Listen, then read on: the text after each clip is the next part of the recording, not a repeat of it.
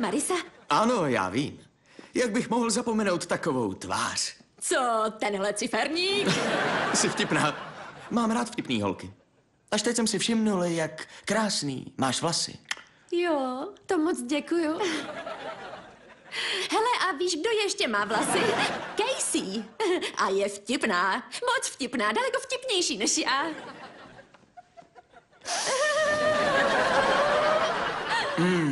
A máš pěkný parfém.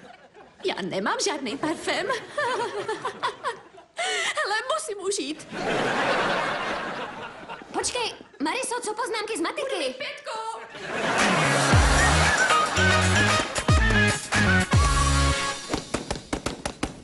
Páni, no to je pěkný. Ty tu sice trénuješ, ale já se z toho orosil. Přemýšlel jsem o tom, co jsi říkala. Dobře. A já přemýšlela o tom, co jsi říkal ty. A jak jsem řekl, je to 20. výročí a zaslouží si to oslavu. Chci, abys byla šťastná. No, jsem ráda, že jsi přišel k rozumu. Všechno nejlepší ke skoro výročí.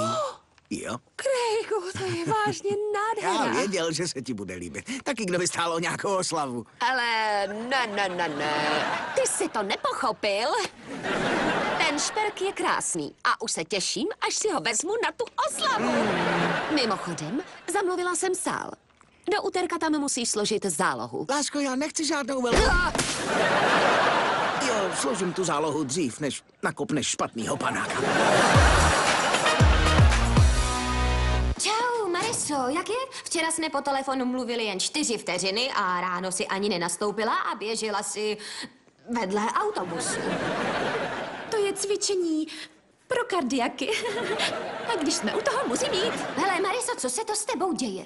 Tak jo, musím ti něco říct. Chtěla jsem počkat, až najdu správný slova, ale ať to řeknu, jak chci, zní to fakt děsně. No tak to prostě řekni. Tvůj kluk mě začal balit. Vážně? Ten má ale neskutečnou drzost. Nelam si s tím hlavu. Proč to bereš líp ty než já? Hele,